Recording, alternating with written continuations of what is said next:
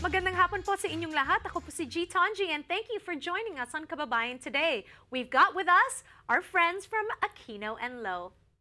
This American Dream segment is brought to you by Aquino and Low Law Firm, answering your immigration questions.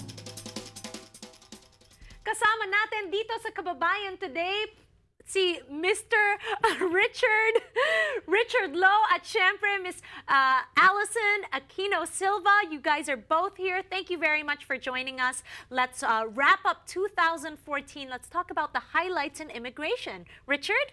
Well, you know, it was a big year for immigration in a lot of ways. In a lot of ways, it was a disappointing year. But we started off with TPS, which is temporary protected status, and there was a big push after the hurricane and the typhoon in the Philippines to have the Philippines declared a temporary protected status so that people could get some help in that way. That was, I think, a galvanizing moment for the Filipino community. And then we weren't able to successfully do that, but I think that helped to push along the other issues which were coming to the forefront. Obviously, the executive action of the president was the big thing at the end of the year, but in the mid-year, we see immigration as normal when we run out of visa numbers for the H-1Bs, when we have other visa preference issues. So, you know, there's a good and bad going on with immigration. All right, so let's recap the executive decision. We had a wonderful show with you here on the show, Allison. A lot of people called in and they're still wary about all the decisions that Obama gave for his executive order. Can you please recap it in a nutshell? Exactly, and that is actually what we have to look forward to in the 2015 year. As you point out, on November 20th, President Obama announced the executive action, which has a lot of things that people need to get excited about. And you mentioned that people are wary. I understand people's concerns, but this is the opportunity that people need to take advantage of because there are programs out there that many qualify for and people need to take advantage. The first one that's going to be coming up is the expanded deferred action for childhood arrival, or DACA.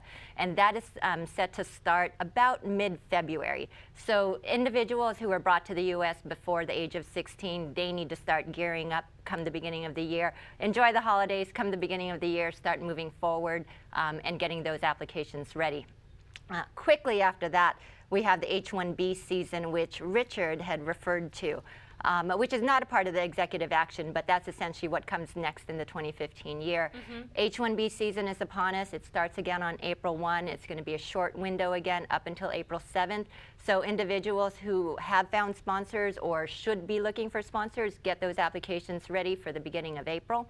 And then again, shortly after that, is the second component of the President's Executive Action Plan, and that's deferred action for parental accountability, or DAPA.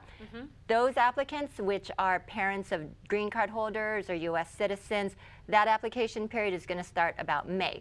So essentially, there's a lot of things going on with the executive action with immigration. Those are just two of the main programs. There are a lot of other provisions contained in the executive action, things for high-skilled workers, for entrepreneurs, also individuals who aren't able to adjust.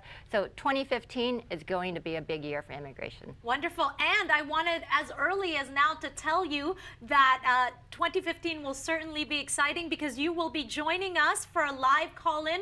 So please, ladies and gentlemen, look forward to that. We will be starting off our live show with Aquino and Low on January 6th. So this is a chance for you to call in if you have any questions. Richard or Allison will be there to answer your questions. And I just wanted to say it was such a wonderful show, Allison, when you were here. So many people were calling because they were interested to get more legal advice from both of you. And I think we should do it more often.